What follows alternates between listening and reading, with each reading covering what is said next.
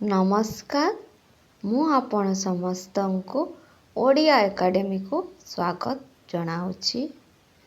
आज आम रमाकांत रथंक काव्य कविता विषय रे किछि आलोचना करिबा।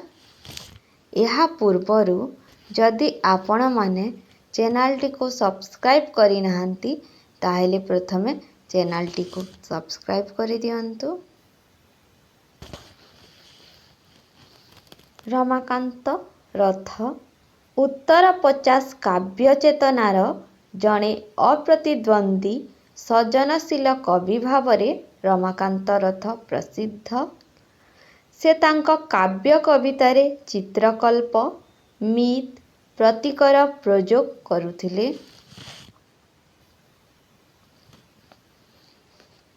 तांकर केतोटी काव्य कविता संकलन हेला केते दिनर 1962, अनेक कोठरी 1967, सदिग्न मुर्गया 1971, सप्तम ऋतु 1977, सचित्र अंधार 1985, श्रीराधा 1985,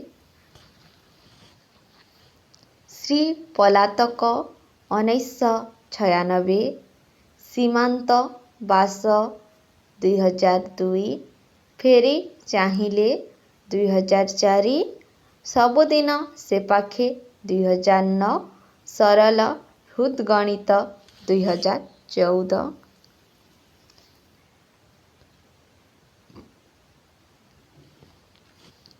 केते दिनर कविता संकलन रे से 38 गोटी कविता तांकर संकलित केते दिनर 1962 मसीह रे प्रकाशित होइथिला। एथिरे 38 गोटी कविता संकलित। एथिरे संकलित कविता गुड़िक हेउछि गरुड़, चंद्रमार चूड़ी, धर्मपद, आत्महत्या, नवकुंजन, अरुंधति, लुंठन। कविंकर लुंठन कविताटी एक सार्थक प्रतीक धर्मी कविता। कविंकर लुंठन कविताटी एक सार्थक प्रतीक धर्मी कविता।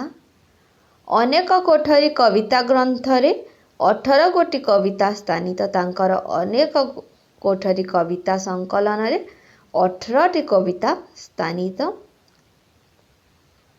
एथिरे संकलित केतोटी कविता हेउछि बाघ शिकार, जीशु ख्रीष्ट, जह्न राति, अनंत शयन, वर्षा ऋतु, लाल माछ।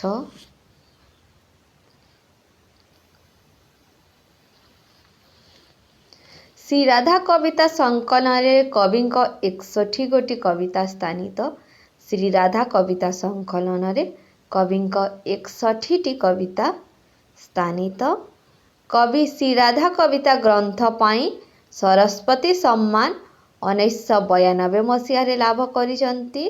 श्रीराधा कविता संकलन पाई से 1992 मसीह रे सरस्वती सम्मान लाभ करिसंती और निजर सामग्रिक कृति पाई से साहित्य भारती पुरस्कार 2006 मसीह रे पाइथिले एवं सामग्रिक कृति पाई से 2006 मसीह रे साहित्य भारती पुरस्कार पाइथिले।